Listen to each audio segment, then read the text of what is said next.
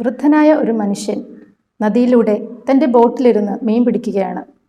കുറേ അധികം സമയങ്ങൾക്ക് ശേഷം മടങ്ങി വന്ന അദ്ദേഹത്തോട് അപരിചിതനായ ഒരു മനുഷ്യൻ ചോദിച്ചു, ഇത്രയധികം സമയം നദിയിൽ ചിലവഴിച്ച താങ്കൾക്ക് ഒരുപാട് മീൻ ലഭിച്ചു കാണുമല്ലോ.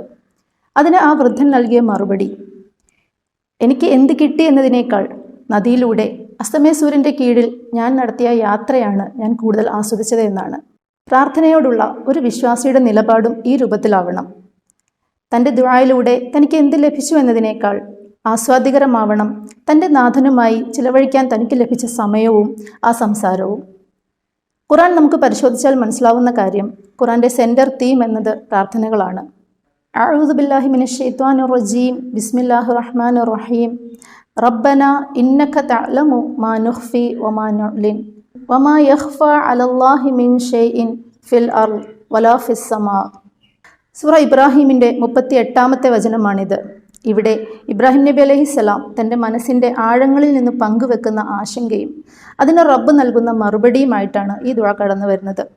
വിജനമായ മരുഭൂമിയിൽ തൻ്റെ പ്രിയ പത്നി ഹാജറ ബീവിയെയും മകൻ ഇസ്മായിൽ അലൈഹിസ്സലാമയെയും ഉപേക്ഷിച്ച് പോകുന്നതിൻ്റെ പ്രയാസത്തിലും അതോടൊപ്പം തന്നെ നാഥൻ്റെ കൽപ്പനയെ അനുസരിക്കാനുള്ള വിധേയത്വത്തിലും താൻ റബ്ബിനോട് മുഴുവൻ കാര്യങ്ങളും പറഞ്ഞോ എന്ന ആശങ്കയാണ് ഇബ്രാഹിം നബി അലൈഹി സ്വലാമയ്ക്കുണ്ടായത്. പലപ്പോഴും ദുആ ചെയ്യുമ്പോൾ നമുക്കും ഉണ്ടാകുന്ന ഒരു ആശങ്കയാണിത്. കാരണം ആ ഒരു പ്രയാസത്തിലും നമ്മൾ ദുആ ചെയ്യുമ്പോൾ എല്ലാ കാര്യങ്ങളും പൂർണ്ണമായും അള്ളാഹുവിൻ്റെ മുമ്പിൽ സമർപ്പിക്കാൻ കഴിഞ്ഞോ എന്ന ആശങ്ക. ഇതിന് അള്ളാഹു സുബ്ഹാനഹു തആല നൽകുന്ന മറുപടിയാണ്, വമാ യഖ്ഫാ അലല്ലാഹി മിൻ ഷൈഇൻ ഫിൽ അർള് വലാ ഫിസ് സമാ. നിശ്ചയമായും പ്രപഞ്ചങ്ങളിലുള്ളതും ഭൂമിയിലുള്ളതും യാതൊന്നും ഞാൻ അറിയാതെ പോകുന്നില്ല എന്നത്.